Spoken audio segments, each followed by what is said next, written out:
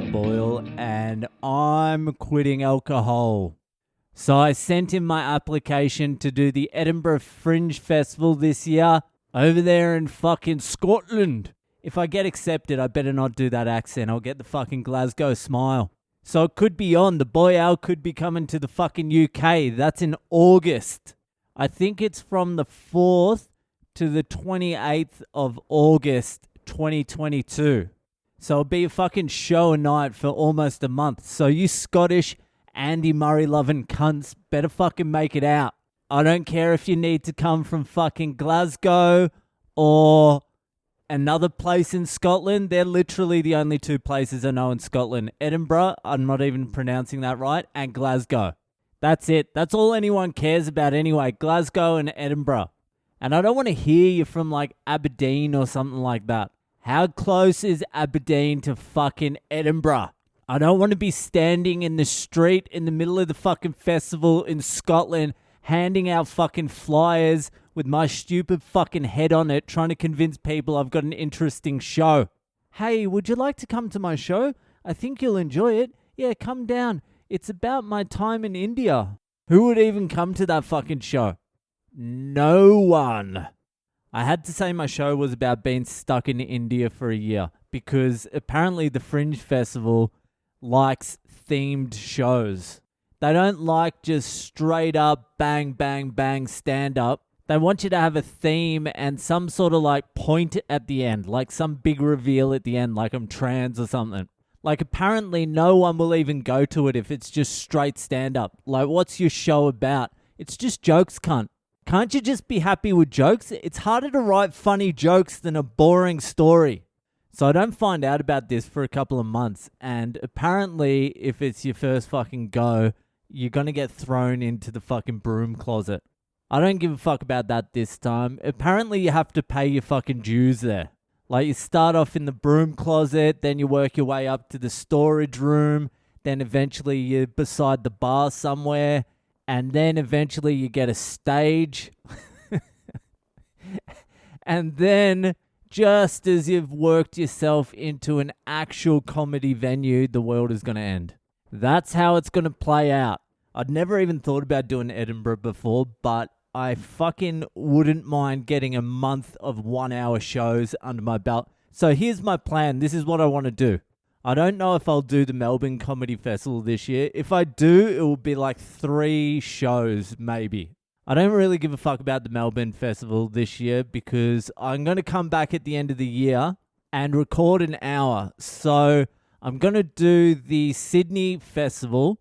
Hopefully, they haven't let me in yet. So hopefully I'll be doing 12 shows there. That's what I've put down for, 12 shows. Then I'll go up to Brisbane for a little while, do a few shows up there. Then I'll be off to Edinburgh and do a full run in Edinburgh, but I'll probably go a little bit early and do a few shows in England and Ireland somewhere, doing something. I don't know. This is all in a fucking perfect world.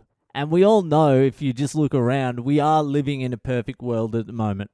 So where was I? I was doing the Edinburgh, so 24 shows, maybe a few extra shows around England and Ireland after the festival or before the festival. Then I come back to Melbourne. I've done all those shows. The hour is feeling good. It's fucking tight. And I'm gonna fucking, maybe around September or October, around my birthday or something, I'll come down to Melbourne and I'll film the hour. I was speaking to a comedian friend the other day who's involved with this like production company, and they have a purpose-built studio that can fit 100 audience members. It'll be a 4-camera setup. It'll be the whole fucking works. So I'll come back and do that. I'll sell some tickets to that so you can be in the audience for my first fucking hour special recording. This is in a perfect world. This is my plan. So that's why I don't really care about doing the Melbourne Comedy Festival this year, because I would prefer to spend the money that I would spend on the festival on filming a special. Like then I'll finally have something tangible in my hands.